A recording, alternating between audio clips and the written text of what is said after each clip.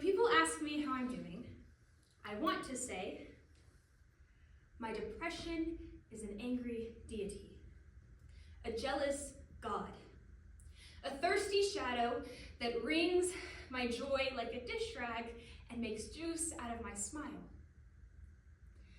I want to say, this sadness is the only clean shirt I have left, and my washing machine has been broken for months. But instead, I laugh and say, I'm doing all right. I constantly wonder what happens to a girl who is too anxious to ever feel like magic. Can she still fly with wings that tremble? Anxiety is desperately trying to look strong when you feel undeniably weak. I'm calm. I'm in control. I can do this. No. Breathe. Breathe.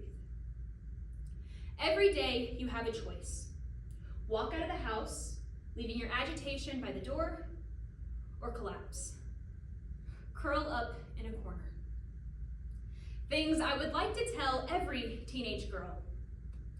The world is trying to kill you. And if you do not hold each other up, no one else will. According to the National Institute of Health, nearly 33% of teenagers will experience anxiety, and hospital admissions for suicidal teens has increased in the last decade. Why? Today, we live in a world that feels threatening and chaotic. Not only have we seen an increase in school shootings, but the very fabric of our lives has been disrupted by pandemics, racial protest, and divisive political climate. Not to mention social media. The rise of social media has seen an increase between anxiety, depression, and even suicidal thoughts. But it's fine. I'm fine. Everything is fine. A poetry program by Rudy Francisco, Jay Janelle, Zianel Haas, Rupi Kaur, and Patrick Roche.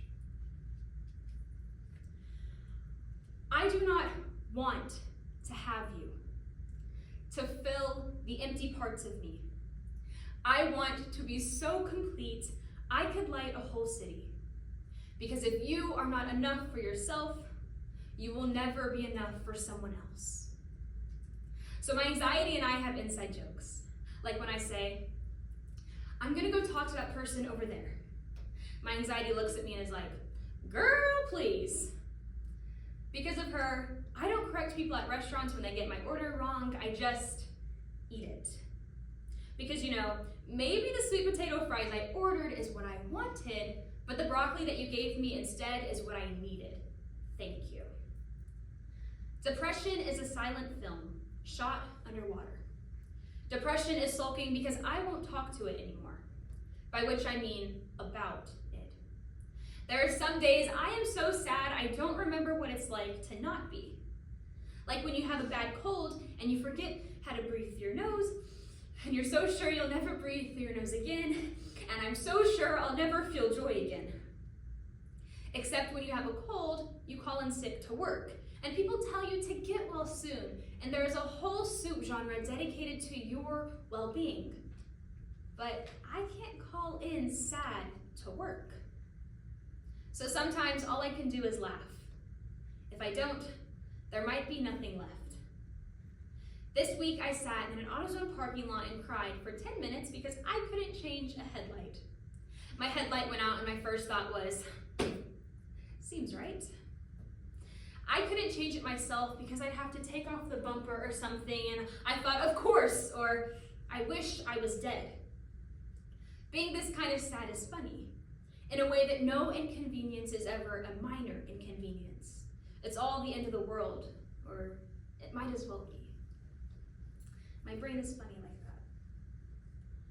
When people ask me how I'm doing, I want to say, getting out of bed has become a magic trick, and I am the worst magician. But I'd probably not ruin someone's day with my tragic honesty. When people ask me how I'm doing, it is better to stay silent. This is a call to arms, a call to speak.